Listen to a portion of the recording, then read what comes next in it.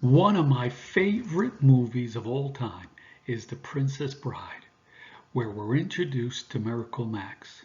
As he's sending off Wesley and friends to go storm the castle, his wife asks him, "How do you think they'll do?" And his response is, "It would take a miracle." Wesley is not the only one who needs a miracle. We all have experiences in days like Wesley where we too need divine help. And for us to achieve success, it would take a miracle. Every year in the month of December, people think about some of the most wonderful miracles that have happened throughout history.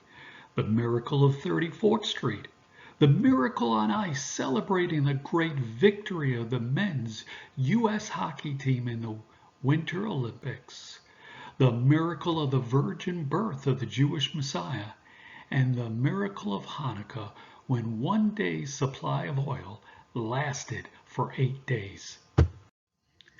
In the story of Hanukkah, we learn that when King Antiochus and his army invaded Israel, they greeted the people with these words, "We are King Antiochus. Your culture will adapt to service us. Resistance is futile." King Antiochus is not the only bad man who invaded or terrorized other people. All throughout history there have been big bad wolves. But when we learn about Hanukkah, we are reminded that resistance is not futile. Don't be afraid of the big bad wolf, whether he calls himself King Antiochus or goes by any other name. In November and December, I visit congregations, Bible studies, school assemblies, classrooms to teach about Hanukkah. But not only do I teach about Hanukkah, some places I get to lead a Hanukkah party or celebration, so that besides learning the great Hanukkah story, you can play with dreidels, eat potato latkes, light your menorah, and learn to dance the hora. When I lead a Hanukkah celebration, there's one thing that I do that no one else does.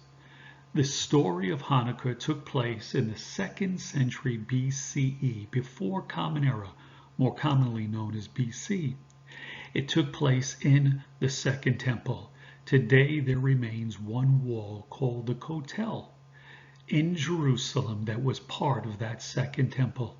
Every day, people stand before the wall and pray, asking God for their Hanukkah miracle. But not only do they use their words asking God for their Hanukkah miracle, they write their prayer requests on pieces of paper and place them in the wall in between the stones. When I lead a Hanukkah celebration, I bring my model of the Kotel, provide paper, invite you to write your prayer request down on this paper, and place it in the wall just like people do in Jerusalem. And then after the celebration, I will lay my hands on that wall for 8 days and ask God to grant you your Hanukkah miracle, so that just like the people who were there at this wall nearly 2,000 years ago, like them, you will get to say, Nes Gadol Hayah Poh, a great miracle happened here.